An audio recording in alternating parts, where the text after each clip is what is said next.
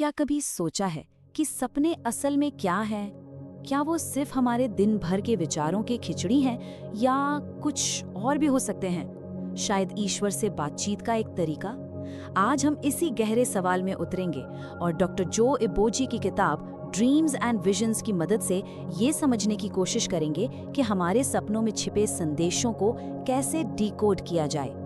और देखिए, हम सबने ऐसे सपने देखे हैं ना, कभी कभी इतने असली, इतने जीवंत कि जागने के बाद भी उसका असर रहता है और मन में बस एक ही सवाल घूमता है, आखिर इसको मतलब क्या था? ये अनुभव जितना आम है उतना ही कह सकते हैं रहस्यमयी भी है। तो क्या सच में इन सपनों के पीछे कोई गहरा मतलब छिपा होता है? अब बात यह है कि इसे सिर्फ एक दिमागी पहेली समझना शायद एक बड़ी भूल होगी। स्रोत के मुताबिक अगर ये वाकई एक तरह का संचार है तो इसे न समझ पाने के नतीजे काफी गंभीर हो सकते हैं। होशे की किताब का ये वचन हमें यही बताता है कि ज्ञान की कमी लोगों को विनाश की ओर ले जा सकती है, उन्हें आध्यात्मिक रूप से कमजोर कर सकती है। तो ये हमें हमारे आज के सबसे बड़े सवाल पर ले आता है।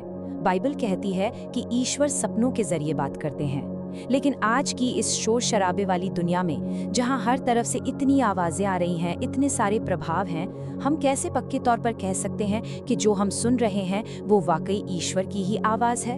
चलिए इसी गुत्थी को सुलझाने की कोशिश करते हैं। अच्छा, तो इस सफर में हमारा सबसे पहला और सबसे जरूरी कदम क्या होगा? वो है सुनना सीखना। और सिर्फ सुनना नहीं, बल्कि ये पहचानना कि हम सुन किसे रहे हैं, क्योंकि आध्यात्मिक दुनिया में सिर्फ एक नहीं बल्कि कई तरह की आवाजें होती हैं। सबसे पहले बात करते हैं ईश्वर की आवाज की। इसकी पहचान क्या है? ये एक ऐसी आवाज है जो हमेशा हमें ऊपर उठाती है, हमें ईश्वर के और करीब ले जाती है। ये प्यार, विनम्रता और मन की शांति की तरफ ले जाती है। और सबसे बड़ी पहचान, ये हमेशा हमेशा पवित्र शास्त्रों के साथ मेल खाएगी, कभी उसके खिलाफ नहीं जाएगी। फिर एक और आवाज है जो हम अक्सर सुनते हैं, और वो है हमारी अपनी आवाज। इसे हमारे मन और शरीर की गूंज समझिए। हमारी अपनी इच्छाएं, हमारे डर, हमारी दलीलें, ये सब मिलकर एक शोर पैदा करते हैं, और ये शोर अक्सर ईश्वर से आने वाले साफ संदेश में एक रुकावट बन जाता है, हमें उलझा देता है। और सिर्फ अपनी ही नहीं, दूसरों की आवाजें भी हैं। सोचिए जरा, दोस्तों की सलाह, परिवार की उम्मीदें, मीडिया में जो हम देखते सुनते हैं, ये सारी बातें हमारे दिमाग पर एक परत चढ़ा देती हैं। ये एक तरह का पूर्वाग्रह बना सकती हैं, जिससे आध्यात्मिक संदेश को साफ साफ सुनना बहुत मुश्किल हो जाता है। और आखिर में स्रोत हमें एक और आवाज के बारे में बताता है, शैतान की आवाज। ये बहुत ही चालाक और विनाशकारी होती है। इसका एक ही मकसद होता है शक पैदा करना, उलझन में डालना और हमें सही रास्ते से दूर ले जाना। और ये अक्सर तर्क या शक का ऐसा चोला पहनकर आती है कि इसे पहचानना मुश्किल हो जाता है। तो इतनी सारी आवाजों के बीच में सही आवाज को कैसे पहचाने? सबसे जरूरी सवाल यही है। खैर, ये स्लाइड हमें एक बहुत ही प्रैक्टिकल चेकलिस्ट देती है, एक तरह का फिल्टर। कोई भी संदेश जो मिल रहा है उसे इन सवालों की कसौटी पर कसकर देखिए। क्या वो ईश्वर के करीब ले जा रहा है? क्या उसमें प्यार है? क्या वो विनम्र बना रहा है? अगर जवाब हाँ है तो बहुत मुमकिन है कि वो आवाज ईश्वर की ही है। ठीक है, तो हमने आवाजों के बीच फर्क करना तो सीख लिया, पर अब अगला कदम क्या है? अगला कदम है अपने अंदर के रिसीवर को सही फ्रीक्वेंसी पर सेट करना। मतलब खुद को इस तरह से तैयार करना कि हम ईश्वर की आवाज को बिना किसी रुकावट के साफ साफ सुन सके। यहाँ पर दो तरह के इंसानी स्वभाव की बात हो रही है, पुराना और नया। पुराना स्वभाव जो हमारी स्वार्थी इच्छाओं और बुरी आदतों से भरा है, और एक नया स्वभाव जिसे हमें अपनाना है, जो ईश्वर के जैसा है, जिसमें करुणा, दया, विनम्रता और प्यार भरा है। आध्यात्मिक तरक्की का मतलब ही है इस पुराने को छोड़कर नए को पहन लेना। अब ये जो डायग्राम है, ये बहुत ही दिलचस्प बात बताता है। ये कहता है कि हमारी आत्मा, हमारा मन एक तरह का युद्ध का मैदान है। एक तरफ है हमारा भीतरी मनुष्य यानी हमारी आत्मा, और दूसरी तरफ है बाहरी मनुष्य यानी हमारा शरीर और उसकी इच्छाएं। और दोनों के बीच हमेशा एक खींचतान चलती रहती है कि कंट्रोल किसके हाथ में होगा, और जीतता वही है जिसे हम ज्यादा ताकतवर बनाते हैं। तो सवाल ये है कि हम अपने भीतरी मनुष्य को, अपनी आत्मा को ताकतवर कैसे बनाएं? इसके लिए ये 4 बहुत ही ठोस कदम बताए गए हैं। पहला, अपनी शारीरिक इच्छाओं पर काबू पाना। दूसरा, ईश्वर के वचन को पढ़ना और उस पर गहराई से सोचना। तीसरा, प्रार्थना के जरिए ईश्वर के साथ वक्त बिताना।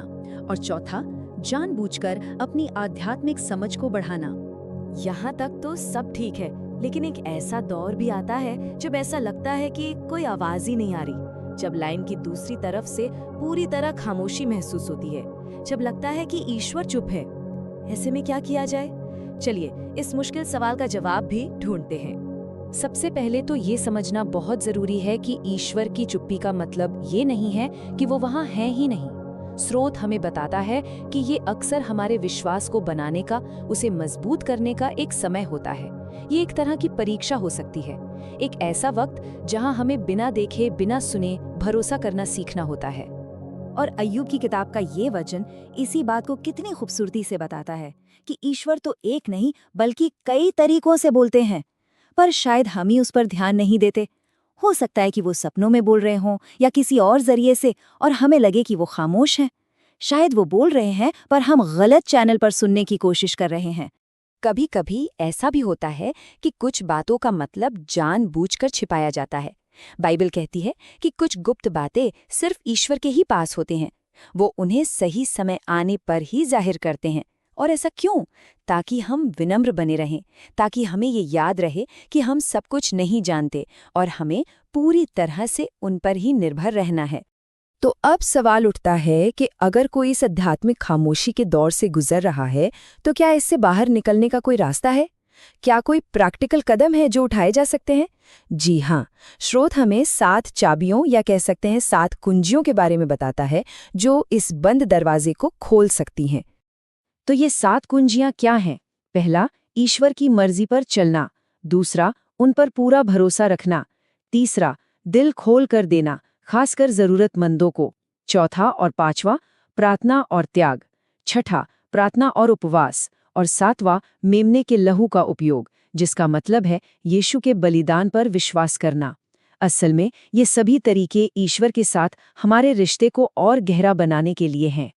पर एक बात साफ समझनी होगी, ये कोई जादुई फॉर्मूला नहीं है, ये कोई लेन देन नहीं है कि हम ये करेंगे तो ईश्वर वो करेंगे। नहीं, इन सब कदमों का असली मकसद सिर्फ एक है, ईश्वर के साथ अपने रिश्ते को मजबूत करना, उनके और करीब आना। और जब रिश्ता गहरा होता है तो बातचीत वो तो अपने आप ही होने लगती है।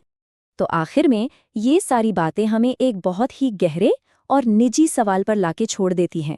ज्ञान तो सामने है, रास्ता भी दिखा दिया गया है, पर सवाल ये है कि क्या इसे समझने के लिए, इस रास्ते पर चलने के लिए जरूरी कदम उठाने की तैयारी है?